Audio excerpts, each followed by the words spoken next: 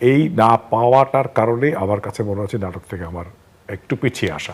বাংলা টেলিভিশনের জনপ্রিয় অভিনেতা শামস সুমনের স্মরণ সভায় সহকর্মী ভক্তরা অনেকেই উপস্থিত ছিলেন। ওই দিন সবাই সবার মতো করে স্মৃতিচারণ করছেন শামস সুমনের সাথে সময় কাটানো নিয়ে। ওই দিন অভিনেত্রী দীপা খন্দকারও শেয়ার করেছেন তার সঙ্গে কাজের কিছুর মজার আবেগঘন স্মৃতি, যা মুহূর্তে ভক্তদের মাঝে আলোচনার জন্ম দিয়েছে। দীপা খন্দকার জানান, শামস সুমন ছিলেন অত্যন্ত প্রাণবন্ত একজন মানুষ এবং তিনি রসিকতা করতে খুবই ভালোবাসতেন। শুটিং সেটে তিনি সব সময় হাসি ঠাট্টায় মেতে থাকতেন এবং সহশিল্পীদের স্বচ্ছন্দে রাখতেন। এই স্মৃতিচারণ করতে গিয়ে দীপা বলেন, একবার মজার ছলে শামস সুমন তাকে বিয়ের প্রস্তাব দিয়েছিলেন। হাসতে হাসতে দীপা বলেন, শামস সুমন ভাই একদিন মজা করেই বলেছিলেন তোমাকে তো বিয়ে করতে পারি। আমি তখন হেসে বলেছিলাম, ভাই আপনি তো আমার চেয়ে অনেক বড়। সবাই তখন হেসে উঠেছিল।